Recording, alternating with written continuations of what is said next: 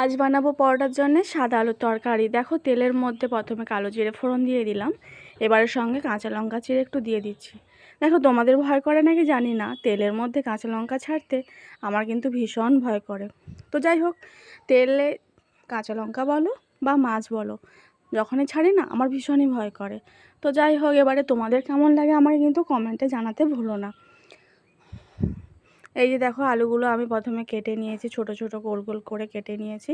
তাই এবারে ভালো করে একটু নেড়ে চেড়ে নিয়ে নেওয়ার পরে এতে আমি লবণ স্বাদ মতো দিয়ে দেবো। ব্যাস, এই তরকারিটা এত সুন্দর বা এত সহজে কোনো মাল মশলা কিচ্ছু লাগে না। তোমরা কিন্তু খুব সহজে খুব টেস্টিভাবেও বানাতে পারো এটা। ঢাকা ভালো করে ঢাকা দিয়ে নেড়ে চেড়ে নিয়ে 2বার 3বার করে এইভাবে ঢাকা দিতেই থাকবে আর নাড়তেই থাকবে, থাকলে কিন্তু আলুটা লেগে যাবে।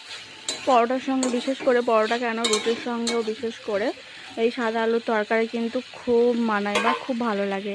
ফ্রেন্ডস, তোমাদের কেমন লাগে তোমরা কিন্তু আমাকে জানাতে ভুলো না। আর এই ধরনের সুন্দর সুন্দর রেসিপি পাওয়ার জন্যে আমার চ্যানেলটাকে সাবস্ক্রাইব করে রেখো, যাতে তোমরা এর থেকেও ভালো ভালো নতুন যেগুলো আমি রেসিপি দিতে থাকবো তোমরা সঙ্গে সঙ্গে পেয়ে যেতে পারো। এবারে দেখো, অলরেডি আমার আলু সেদ্ধ হয়ে যাওয়ার পরে জল দিয়ে ফুটিয়ে নিয়েছিলাম। তো আমার অলরেডি রেডি। দেখো, এই পজিশানে আনতে হবে। নামানোর সময় একটু কাঁচা সর্ষের তেল দিয়ে নামিয়ে নিতে হবে। যেহেতু পরোটা দিয়ে খাবো, আমার সব কিছুই রেডি।